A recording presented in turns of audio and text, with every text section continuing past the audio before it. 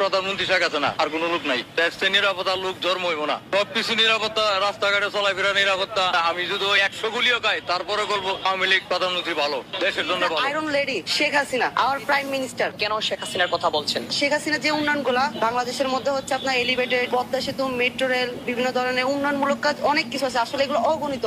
যখন একটা গভর্নমেন্ট সরকারের মধ্যে থাকে তখন হচ্ছে সে ধারাবাহিকতা চলতে থাকে। সে যেহেতু এটা অন্তর্বর্তীকালীন সরকার, সেই জায়গা থেকে সে যতটুকু মানুষকে মানে আরো আকৃষ্ট, তার একটা সাপোর্টিং এর মধ্যে রাখবে, কিন্তু সে এইসব কার্যক্রম থেকে সে অক্ষুণ্ণ, সে পারেনি। যখন সে একটা লোক যখন চেয়ারের যখন সুযোগ পায় তখন সে কখনো চেয়ারে কখন ছাড়তে চায় না। তো উনি ওনার জায়গা থেকে মানুষকে প্রলোভন দেখাইছে বিভিন্ন ক্ষেত্রে, কিন্তু তার কার্যকরী ক্ষেত্রে কখনো সে বাস্তবায়ন করতে পারেনি। আজও বাস্তবায়ন হবে কিনা তা আমার মনে হয় না এটা হবে। সাবেক আমাদের প্রধানমন্ত্রী যিনি ছিল, ওনার যে গভর্নমেন্ট ক্ষমতা থাকা অবস্থায় উনি হচ্ছে আপনার বিধবা ভাতা, তারপর হচ্ছে উপবৃত্তি, বৃত্তি, বিভিন্ন ধরনের শহরাঞ্চল মুখী হচ্ছে মানুষ, এগুলোর প্রতি তেমন একটা আকৃষ্ট থাকেন। কিন্তু গ্রাম অঞ্চল যারা হচ্ছে আপনার সকাল 9টা থেকে সারাদিন শ্রম দিয়ে বিকেল 5টা পর্যন্ত যখন তারা 500 টাকা ইনকাম করে, তারা বুঝে যে টিসিবির কার্ডের কি প্রয়োজন।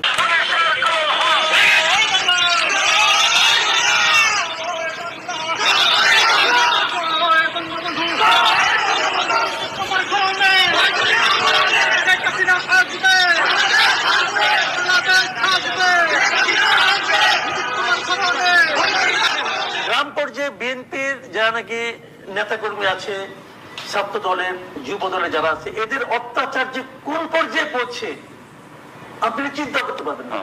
কিন্তু রাজনীতিবিদ না, সে একজন ব্যাংকার। তুই রাজনীতি কি বোঝে? রাজনীতি খাওয়া বোঝে না উনি। এই সরকার যদি আরো থাকে বাংলাদেশে, এই দেশ শেষ। আমাদের বাংলাদেশ নিয়ে বিশ্বের মানুষ হাসে। বাংলাদেশের পলিটিক্স এত নোংরা। যেমন মালয়েশিয়ান একটা ভাষায় বলে বাংলাদেশের পলিটিক্স কতর বাংলাদেশ, মানে কতর অর্থ হচ্ছে কি একবারে নোংরা পলিটিক্স। একজন মুক্তিযোদ্ধাকে যখন তার পাশে, তার সারাউন্ডিং এ, তার বিল্ডিং এর চারপাশে যখন বাজে স্লোগান দিয়ে, জঘন্যতর স্লোগান দিয়ে যখন তাকে আটকে রাখা হয়, এটা এই দেশের জন্য লজ্জাস্কর।